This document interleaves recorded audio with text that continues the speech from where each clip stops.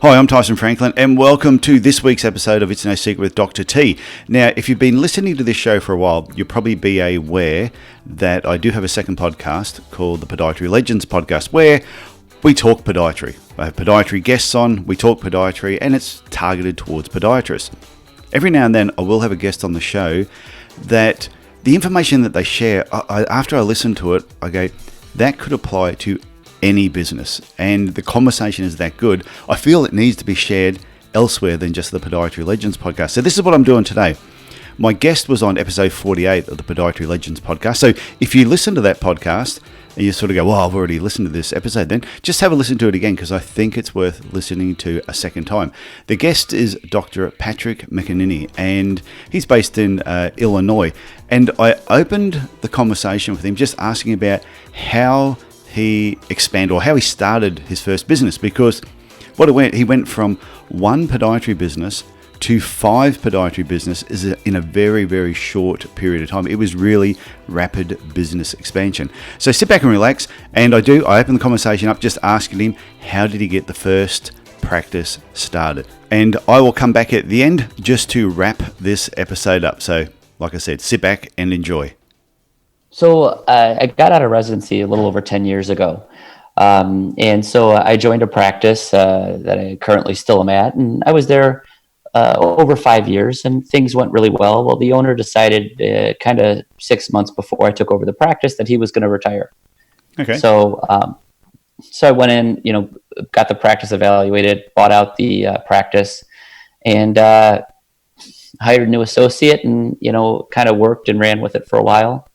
After about 2.5 years, it was me and 2 other doctors, and I got a good opportunity with a primary care doc who was nearby, and he was starting up a big new practice and built a building next door and said, hey, I'm going to rent this out. So I had previously known him. I bought the building, and it was a success right away. We were able to grow very quickly. Getting through and at that point adding a 4th doctor. Okay, so when did you decide to set up the next location? Well, the next location, I had a good friend of mine from residency. Her name's Summer Bochat, and she was working with. I was trying to bug her for a while to come join me, and she was, holding off on it for a while. And I finally said, "Hey, if I open up a location closer to your house, will you come join me?" So she said yes. I moved forward with that, and that was in November of this year, of 2018. Okay. So then I was done for a while. I'm like, I'm good. I've got enough practices. What was the distance between your first location and the second one? First location, second location is about 22 minutes. Okay. So far enough, but not too far. And I had a lot of patients who were still coming from that area to come and see me. One of the issues we had is that my office wasn't big enough for all the patients we were seeing. And so what happened is we were problem. Well, it's a great problem. Great problem. We had one doc working, we only had 5 treatment rooms. And so we had one doctor working from 7 in the morning to 1 in the afternoon, another doc working from 1 to 7, and then we had one filling in from 8 to 4 in between.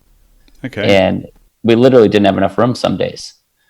And so we were able to kind of cannibalize our one clinic to some degree to make it more comfortable and shift all those patients to the other clinic.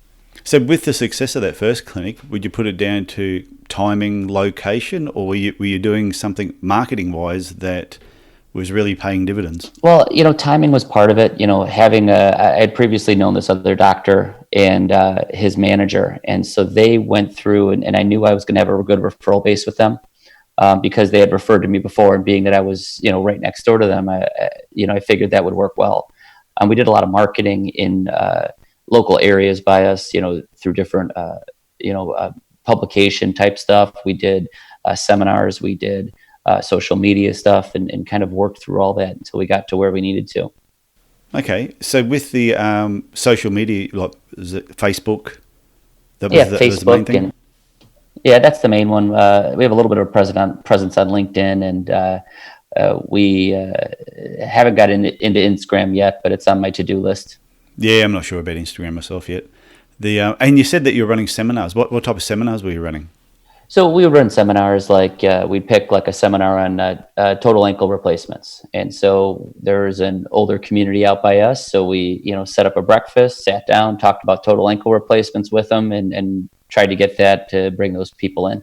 Okay, so you invited people from the public to come in and learn about ankle Correct. replacements. Yeah. And that worked well? And that worked well, yeah. We got a lot of interest in that. And then, we've done other lectures to primary care doctors. We sit down with them and their staff and, do little lunch and learns where we bring in lunch and talk to them. Or sometimes we've done meetings at nighttime to kind of go over what we do, because not everybody knows everything that we do. My docs, they are very well trained and they're able to do a lot of different types of procedures, kind of full scope of podiatry. Yeah, I find that interesting that a lot of podiatrists sometimes will sit back in their practice and they wonder, I'm not getting any referrals. I go, have you actually got off your bum, gone out there and spoken to people and visited? Have you got out there and actually met these people and told them what you do? Not everybody knows what it is that we do. We can't assume that they do. Well, and that's true. And they had met, I find that some of them met a podiatrist 20 years ago and said, yeah, I can send my nail patients to you. And I go, well, great. We take care of that kind of stuff. But, what about the ones that have sports injuries, or, what about their kids and pediatric problems? And, what about the runners, and what about slip and falls? And so sometimes I'll find that their idea of what we do is only about 20% of what we actually do. Yeah, I remember visiting a local doctor once, and while I was there talking with him, all of a sudden the next patient coming in was for nail surgery. And I said, oh, can I sit in and watch? He said, yeah, okay. So he was about to do the injection. I went, and he could see by the look on my face that he went, what? I went, you're actually going to inject there, are you? He goes, well, where would you do it? And I said, well, I showed him where I do it. I said, you only need two injections, that's it. He goes, oh, normally I do about 6 or 8 around the thing, and then I just get a scalpel and I rip it out. And I'm there going, my God. So I got him to do the injection where I would normally do it. He went, that is so much easier. And he goes, so do you do nail surgery? And well, yeah. So from that point onwards, he referred his nail surgery patients to me and said, I'd much rather you do them. So all of a sudden, you just assume that they know that we do nail surgery, but unless you tell them, they don't know. Well, that's true. And to me, whenever I tell my doctors, I say, if the doctor down the street doesn't know what you do, that's your own fault, because you haven't spent enough time telling them. That's true. So you built the first one. It's gone really well. You've done the second location, and that was in 2018. And so then how did 3, 4, 5... What were you thinking? Ask my wife. She'll tell me that I wasn't thinking. So, no, what happened was we had the one that was closer to Wisconsin that we put in November of 2018. And, the clinic was up and a little bit of a slower start, but started picking up. And we got to the point where, I was like, well, we're going to build this up for a while. We're going to spend our marketing efforts and kind of get all three where they're kind of more similar in volume and ratio. And all of a sudden, there was a orthopedic group that merged with another group, and they moved out of a building that's 2 minutes from my house. Okay. Now the clinic's 11,000 square feet. And so what wound up happening was we were so busy at our other clinics, we were losing all of our administrative space because we were making more treatment rooms. Yeah. And so, here I had this nice, great corner office, and next thing you know, I have 6 different people in this room because we needed the other treatment rooms. My manager had been kicked out of her office 3 times. And so we got to the point where we were actually going to rent space just for administrative purposes. So this building came by and it was a fire sale. And when I say a fire sale, I mean it was selling for probably about a fifth of what it should have sold for. Oh, wow. Good deal.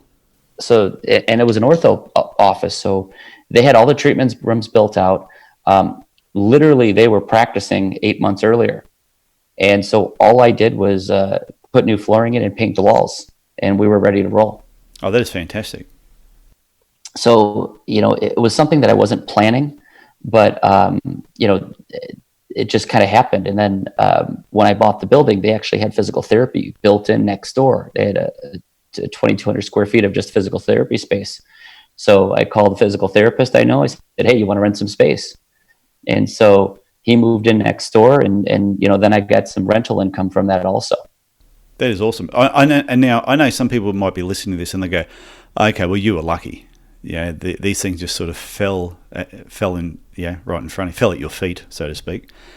But you have to be looking. You have to be looking for opportunities. Your eyes have got to be open in the first place before you'll see them. Well, and I actually signed up for it was an email from a local commercial real estate company, and every week I get an update from them on what's for sale. And so this thing popped up, and I was like, "No way, this could be for sale." And then I looked at the price, and it was even more amazing. And so I'm always constantly looking now. I'm not looking for another practice right now, but I still look at that thing every day, because sometimes there's things that are too good to be true in there, and you have to take a look at those opportunities. Yeah, I remember, you know who Robert Kiyosaki is? Yeah. Rich Dad, Poor Dad. He was in Cairns, maybe 15, 18 years ago. He was up here just doing this one-day workshop. So there's only about 20 of us in the room. So we got to spend the day with Robert Kiyosaki. It was a lot of fun. And he said he told the story where he walked into like a convenience store. And there was a young guy there, and the young guy knew who he was. And the young guy said, "Oh, yeah, it's fine for you, but you got in when the going was good. There's no opportunities left." And he said, "Mate, all you got to do is just open your eyes." He said, "There's opportunities everywhere. You've just got to be prepared to look." Anyway, this kid was like, whatever. He walked out, went to hop into his car, and all of a sudden there was this vacant block of land across the road from this convenience store. And there was a sign lying down on the ground. He went, "I wonder what that is." So he walked over there, and it had "for sale." And there was a phone number. It was almost all faded out. The sign had been there that long. He rang the number and said, "Yeah, just inquiring about this property that's opposite this convenience store." The guy went, "Oh, we had it on the market for, say, for example, it was 500,000. He said, "It's been on the market now for like 5 years. Nobody's looked at it." He said, "We just want to offload this thing." And he said he picked it up for like $100,000. And then he redid he bought it, did a whole new for sale sign, put it up there with, did a bit of advertising for it, and sold it for, I think, $300,000 or $400,000 a couple of weeks later. And he said, "Unbelievable. Here's this guy that was in this convenience store who was looking at this property every single day and couldn't see the opportunity. And he saw it and just went, it's a phone call. All I've got to do is make a phone call." So I think that's a really important point. Keep your eyes open. Well, it is. And I have this kind of theory that I never have a bad conversation, because there are times I've talked to people about their practices, and there's been practices I haven't bought, but I've learned a lot about what people are expecting and what people want. So I think you learn whether it's a positive transaction or a negative transaction. I think there's still plenty to learn. Oh, there's a friend of mine, Dave Fries, and he just said that every single person he meets can teach you something. He said you just got to have your ears open and listen to them. He said it doesn't matter who it is. If it's a person that's been unemployed for 20 years, they can still teach you something if you engage in a conversation with them. Absolutely. Even when we interview staff, potential staff, I'll be like, "Wow, that person just said this." I'm like, I'm going to put that in my question bank, because I'm definitely going to ask people if they're like that, because I don't want that kind of person. Hey, do you have a brain book or anything like that? Do you have a book that you carry with you? Things pop into your head that you write down, or you talk to someone and they say something and you jot it down?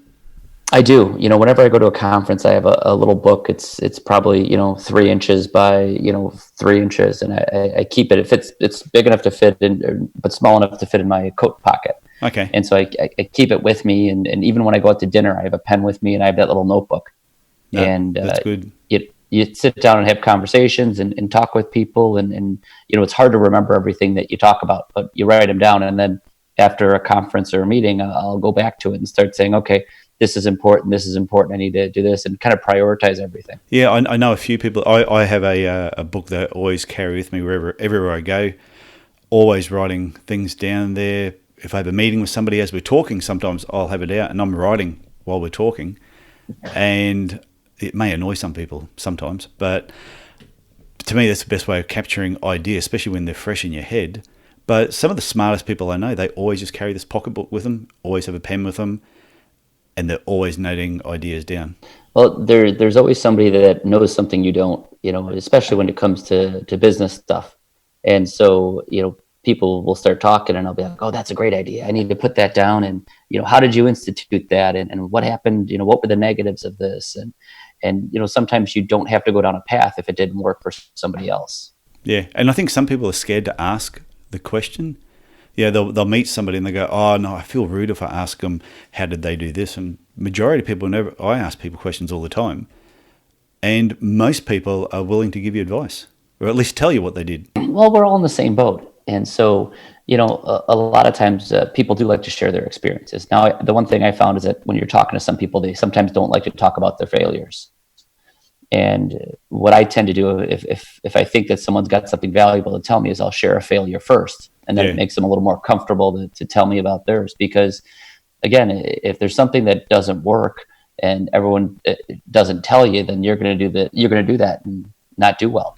Yeah, it's true. I was at an event recently, and I was walking in the morning with one of the friends, and they just asked me, how's life going?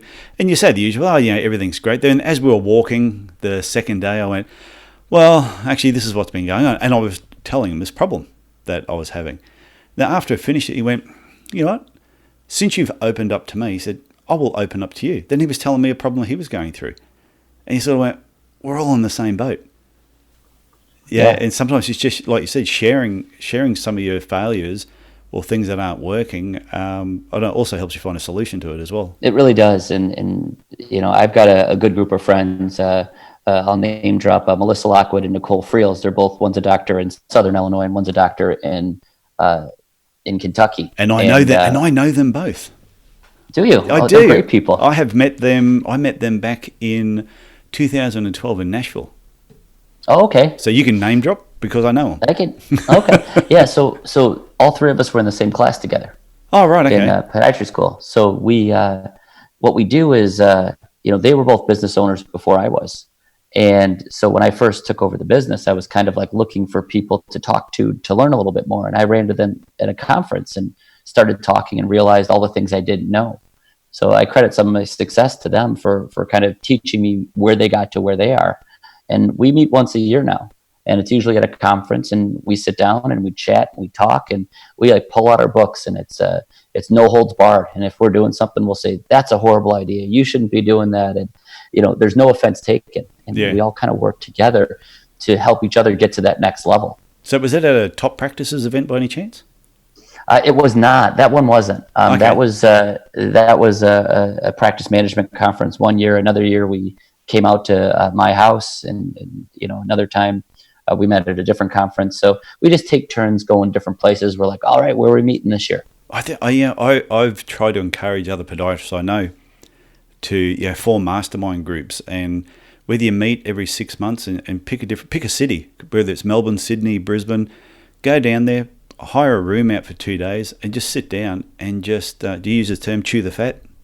Yeah, absolutely. Yeah, just chew the fat, bounce ideas off of each other. No holes barred, share what you're doing, get feedback on some of your ideas. And especially if you're not in the same town, so you're not competitors to each other, I think more podiatrists should mastermind together.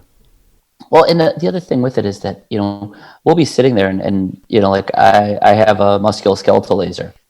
And, I'll say, well, I've got a few docs. Some are selling it well, some aren't. How do we get this sold more? And then, someone else will pull up their numbers and say, here are my numbers. And I'll be like, wow, that's like so much more than, what are you doing different? And they're like, oh, well, I'm doing this, this, and this. And I go, that's a better way to present than we probably are. And then we adjust to what we're doing. Yeah, I remember we had one meeting where a couple of us got together and somebody was talking about a particular service. And I said, have you thought about using this code? And they went, no, what's that code? And so I told them what the code was and how you used it. And they said, you've just added $50,000 to our bottom line. Absolutely. Just from that one comment. And I went, I accept gifts as thank you whenever you feel like it. And I bumped into them a year later and said, oh, how's that going? They went, well, 50,000 was an understatement. They said, it's amazing what you can learn. And anytime I go to a practice management conference, I always look for that magic code. There's always one code I'm not using that somebody else knows. Yeah. And I look for that code because some of those can be game changers. So you know Andrew Snyder as well?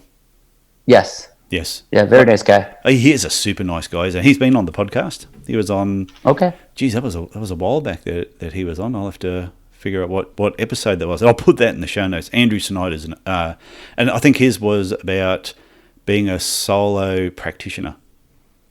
Because there's a lot of people, like yourself, have multiple locations, but there's some people who go, I don't want to do that. I want to have a successful solo business, and he is just nailing it.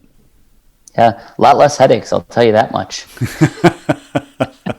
That's true. Okay, so you went practice 1, 2, and 3. What about number 4? Yep. So number 4 was the one that was close to my house. And so when this kind of fire sale came up, I bought the place. And the funny thing was about it, we were having a grand opening. And while we were at the grand opening, I was actually locked away in a room for about a half hour. And everyone's like, what's going on? Are you coming out? I'm like, I can't yet. And I was actually manufacturing the deal and putting a letter of intent in that night. And so, it was such a good deal that we looked at it. I found out about it one day. We looked at it the next day, made the offer later that night. And so that got done. And that was, we opened up, I closed the deal December 28th, and then we opened up March 3rd. Okay. So one thing I'm sort of picking up talking to you is you don't sit around wondering for too long. You actually just make decisions fairly quickly. You look at the facts, bang, you make a decision. Right. If you sit and stare at something a long time, you can make it look good or make it look bad. And, I have, my father was in real estate for 42 years.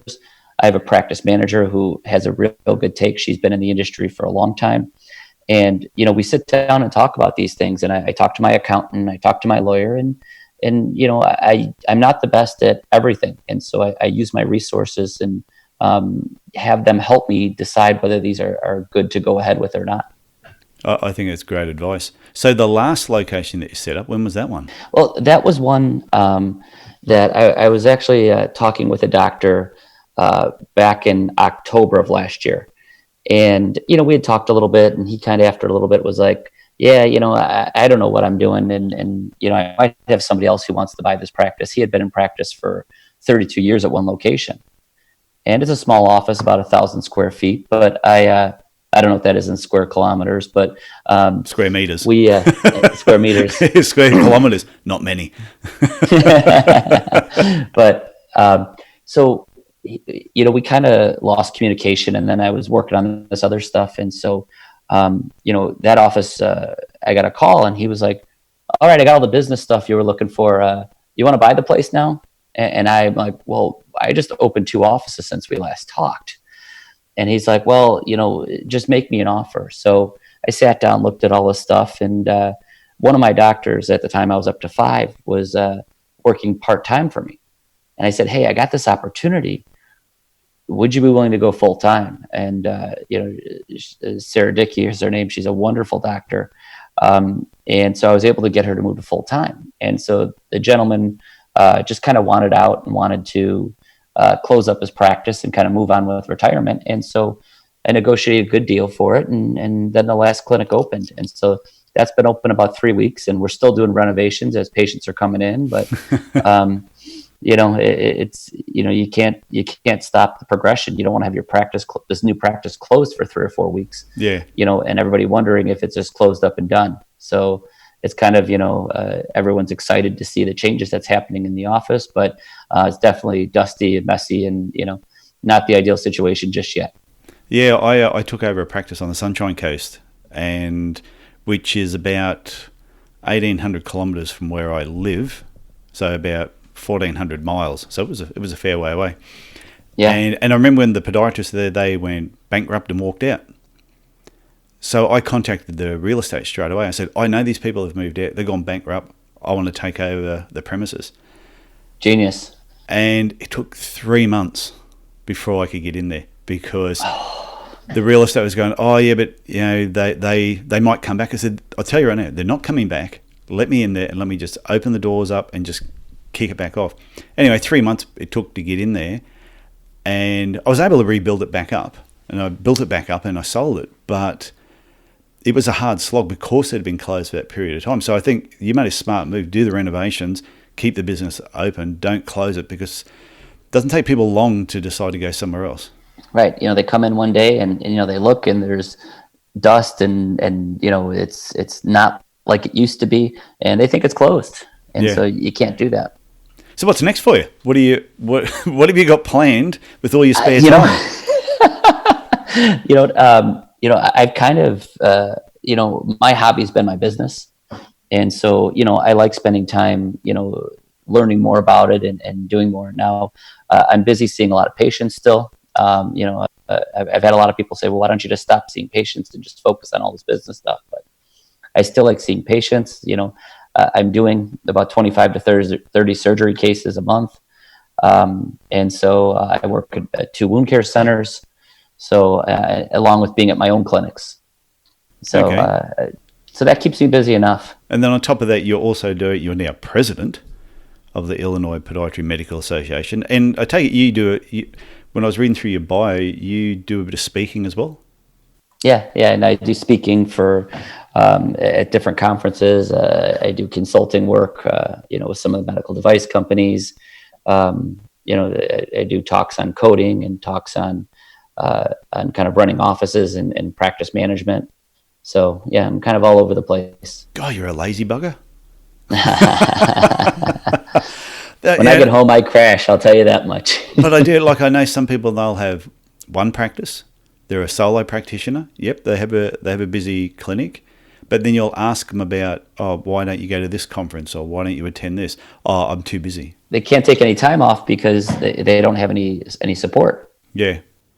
So if somebody was, if people want to get in hold of you, say somebody wants to contact you and have a bit of a chat, what's the best way of getting hold of you? Best way is probably via email. And my email is Dr. Dr. And then it's my last name, which is McEneaney @illinoisfoot.com. Okay. And they can also track you down on LinkedIn? Yeah, LinkedIn. Yeah. That's good, because I think every now and then, I know some people, they may not want to send an email, but they may want to connect, especially on LinkedIn. I think LinkedIn's a really good platform, especially a business platform, connect professionally. It's interesting because when it first came out, I didn't think it was really a good resource. And it's kind of evolved into this like business like Facebook forum. And it's really easy to connect with other doctors and learn about other stuff going on in the industry. So it's very interesting. And they have great articles on there too, that sometimes a little bit different to what you'll read everywhere else. Whereas, like, I enjoy Facebook, but sometimes you've got to get through a lot of garbage to get through the good stuff. Whereas LinkedIn, like you said, it's like business Facebook. It is. And you can just be scrolling through there and all of a sudden see, wow, that's a new procedure I haven't seen, or I'd heard about the prototypes for this device. It looks like now it's out in Europe and it may be making its way out here. So as a final tip, somebody's listened to this, I know they've heard you talk about how you've grown your business. If somebody's sitting back now and they're thinking about starting their own business, what if a new person came up to you today and said, I'm thinking of starting my own business, what advice would you give them? Well, I think there's a couple things you need to do. Number one, I think it's find good people to work with you, because, right now we have over 40 people who work for my company, and I can't manage all of them and see patients and do all my other things. And so what you have to do is find good employees who you trust. And I've got a good team of my upper management that takes care of most of the headaches during the day. It's a good day when there's a problem and then I don't hear about it and it's resolved. Oh, yeah, that's nice. So that's big. Number two, I think we talked about this a little earlier, is talking with people who have been through the experience. Don't try to write the book yourself if it's already written. And so I found that to be very, very helpful. Okay. And if somebody was listening to this and they have one practice down, they've thought about opening up a second location, what advice would you give them other than don't do it? I'm only joking. Well, it depends if you're glutton for punishment. Yeah.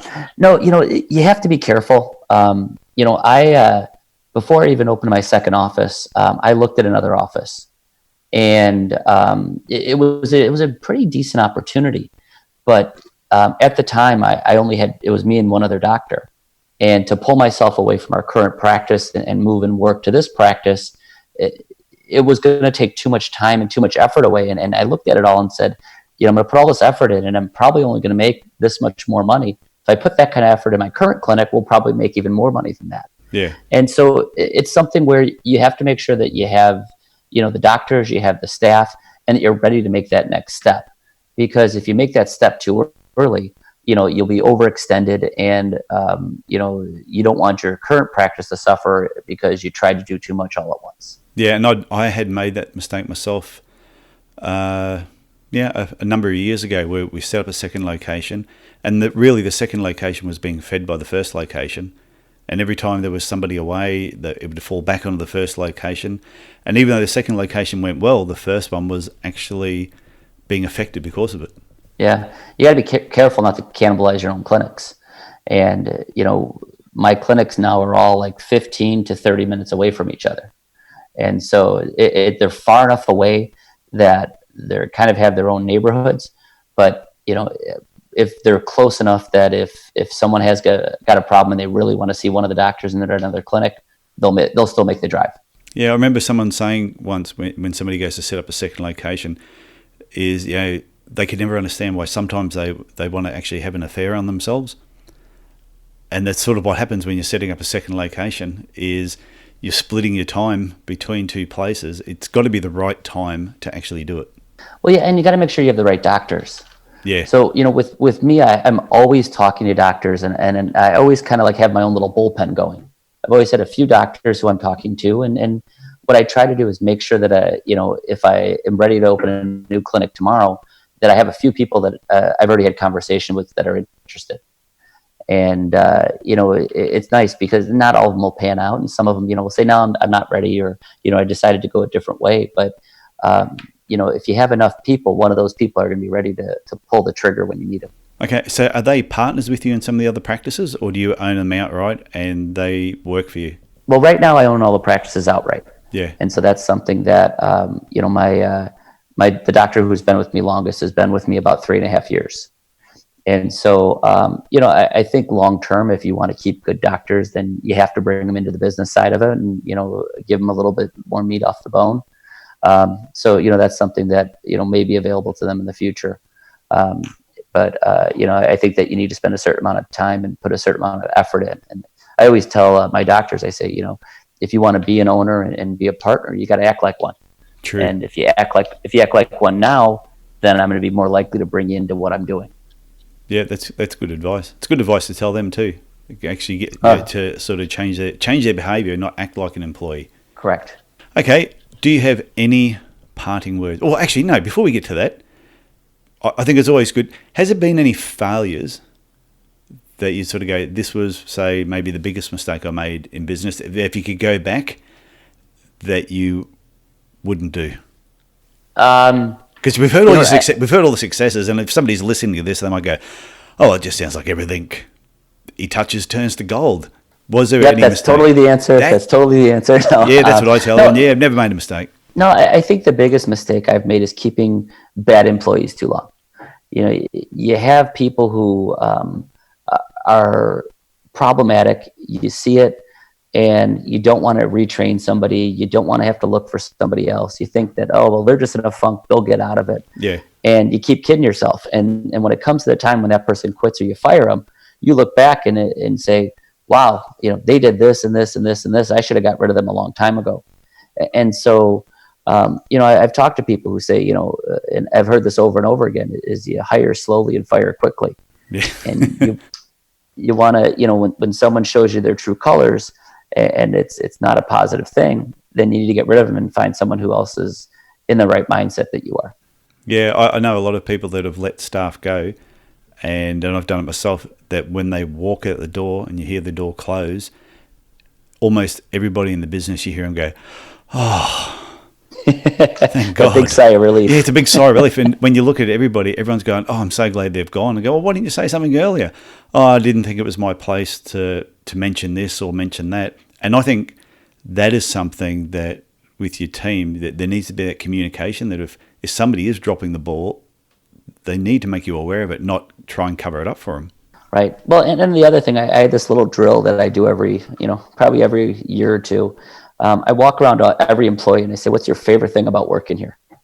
Oh, nice. And it's an interesting question because I got answers I wasn't expecting from almost everybody. I had one girl once say, I live 5 minutes away, and I like going home at lunchtime and eating lunch at my own house and, seeing my dog.